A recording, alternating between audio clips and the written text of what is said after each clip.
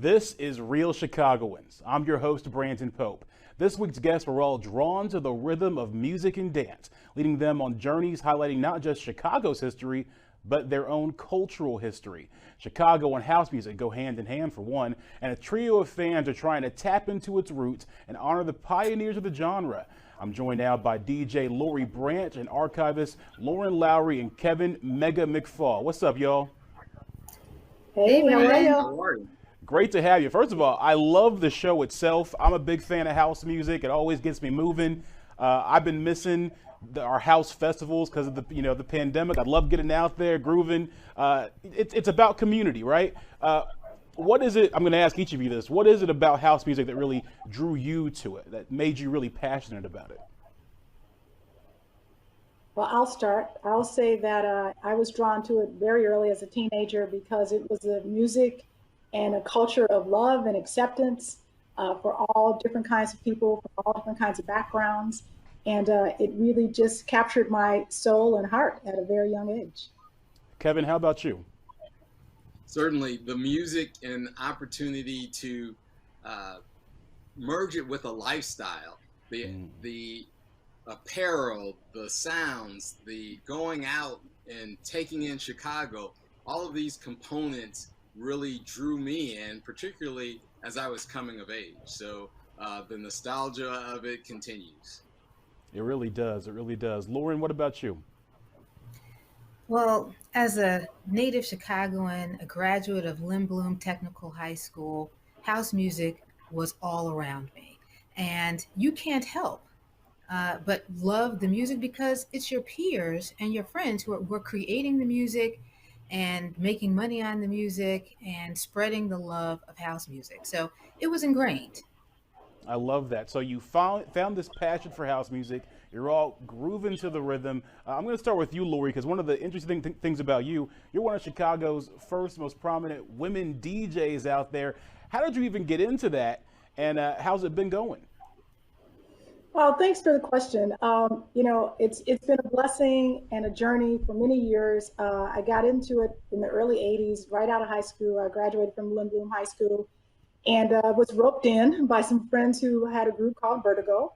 Vertigo is a social club. There were many of those back in the early 80s that were just starting to, just make a presence for themselves. Young teenagers incorporating art from the music that they would hear from the warehouse and from other clubs, and really bringing that into teenage life so that you could experience what adults were experiencing sort of in disco and in the punk world, and really just enjoy it. I was a part of the group as just a member, and the guys in the group said, hey, it'd be great to have you DJ since you really like this music so much and collect records. And so they kind of roped me into it as a way to be unique, to have a woman as a DJ. And I found that I loved it and I stuck with it, and it's been going strong for over almost 40 years now. No, it has been. It's over 40 years. Kind of scary, but yes, it has been a long time. That's incredible. And seeing those photos there, those throwback photos, was really, really cool. As sort of a pioneer, being a woman DJ, did you experience any challenges when it came to that? I had a lot of love in the community from many of the men who were my mentors. People like Craig Loftus and Eric Bradshaw and Wayne Williams, and of course Frankie Knuckles. And so I experienced challenges that were probably of the typical challenges that a woman would face in a male-dominated field. Which is that you're alone and you have to kind of find your path, and you lean on those mentors. And I did as men, but there weren't a lot of, or if any, women who were doing dance music, house music at the time for me to lean on. So, that was a bit of a challenge, but I found it as a small challenge, not a big one. Kevin, how did you get into house music? So I too, believe it or not, was a DJ. I DJ'd University of Illinois at Urbana-Champaign. I matriculated there after spending some time as a high school student here in Chicago, and brought house music down to the University of Illinois campus. But as I graduated and moved out to the East Coast, I found that the voices of our pioneers and icons of house music weren't really being heard. Their faces and names weren't really well known. And so I became the genre's first dedicated publicist to house music. I wanted to ensure that all of these icons and pioneers were getting their just due, their recognition, that there was an understanding that this genre of music had emerged from Chicago. The South Side, the West Side, and North Side were the centers of where this music originated. And that story had to be told. And the narratives of the individuals creating the music had to be told. So I embarked on self-teaching how to be a publicist and pitching media outlets and telling these stories in a way that was compelling enough to help with the sales of the songs, with getting some of the artists booked for performances, and of course, getting the stories written in magazines as popular as Billboard magazine to Dance Music Report and Street Sound and a host of these publications that were covering the genre. And so for me, it was certainly a labor of love, but also an opportunity to really help tell the narrative of Chicago as the birthplace of house music. So you got a good grasp on kind of like how house music has kind of grown over time. Obviously here in Chicago, we love it, but what is that reach like when it comes to house music, Kevin? Yeah, the reach has become global.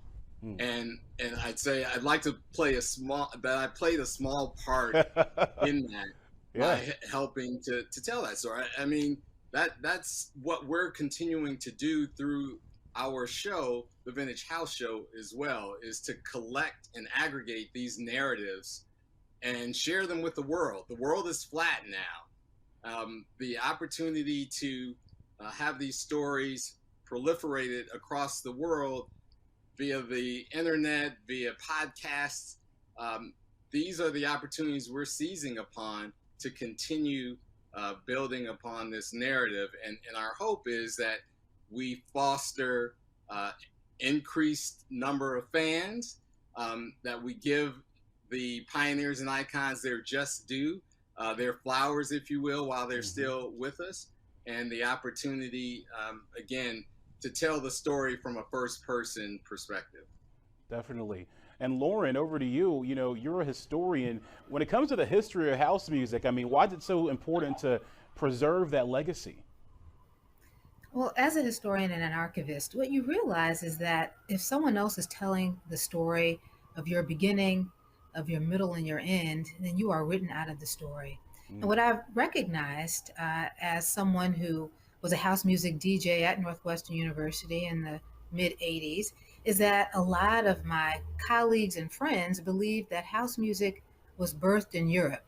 I heard Amsterdam, I heard Germany. And I said the only way to really make sure that the story of Chicago's history in the birth of house music is to make these stories known, to record and preserve these stories, and to collect the artifacts of the music genre. Luckily, many of our friends and people like Lori and Kevin have full archives of the history of the music, of their history. And we're just pleased that to be able to share the story so that now they all of the pioneers know that their story is important and they're collecting their own artifacts. Kevin and Lori, do you guys hear that a lot too? Is it a lot of what you do kind of correcting that narrative? Oh yeah, all the time. It started in New York. It started in Amsterdam or London, and here's the challenge is that for many people, house music did start in those places for themselves. That was their experience. Was their initial, introduction to it, and so that's where they feel the birthplace was. So it is about correcting that record, but it's also about just taking pride in something that we started or that we all contributed to that had that kind of global reach. And so I don't get mad at people for claiming that. I mean, that's great. you can claim it, but we're going to correct you about, some of those facts. Yeah, gotta correct them. Gotta come correct. Yeah. I know when I've had the rare opportunity to travel abroad, sitting on an airplane next to someone who, engages in conversation, they ask you, well, where are you from? And I tell them Chicago, and first things they think of is Al Capone, Michael Jordan. And so the opportunity to add house music to that conversation is also part of the what and the why. I think what we do is important. And we see mainstream media has really picked up and incorporated the genre into everything from commercials to the news stories, news magazine stories like this. And it's important that what you're doing today reflects some Chicago natives who are really dedicated to the process of educating and ensuring the history is available for those who want to do the research and really understand its origin. And one way you guys are educating folks is through your Vintage Chicago House show. Really awesome show. How did you all get connected, and how did that all get started? That's Lauren. Well, years ago, I'm only 25, so years ago, I was a student at Northwestern. WNUR has a segment called the Street Beat Show, which featured house and hip hop. It still does. It's almost 30 years old as well. And I received a show. I begged for a show, and I got a show where we brought in local DJs who became pioneers. Jesse Saunders, Frankie Knuckles came to the show and wanted to hear their music played, because there was only one or two stations in Chicago that would play their music. And WNUR was definitely on the forefront of bringing in some of those young people at the time to share their stories, to talk, and to spin so we can hear their new music. After I became an archivist and a historian, I realized that, one of the great ways to share this story is to maybe jump back on WNUR, the place where it started for me, and allow these pioneers to tell their stories again, record those stories. And luckily was able to convince Lori and Kevin to come in and help and to become co-hosts and bring in their friends. So have real conversations with their friends and with their colleagues. And it just became a wonderful, and continues to be a wonderful show after 7 seasons. 7 seasons is pretty incredible. When you're doing all these shows, you're talking to these amazing artists, do you find yourself, all three of you are experts, do you find yourself learning anything yourself? Oh my God, of course. I feel like the story continues to evolve. We think we know so much, and then we bring on somebody who just kind of blows our mind.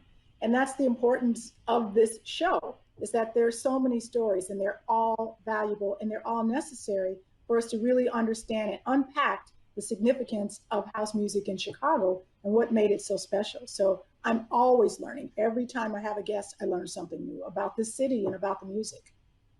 Wow. Lori, Kevin, Lauren, amazing talking to y'all, keeping house music alive, keeping the rhythm going. I mean, I'm about to listen to some house music after this one, because I got the shoulders ready to move and everything.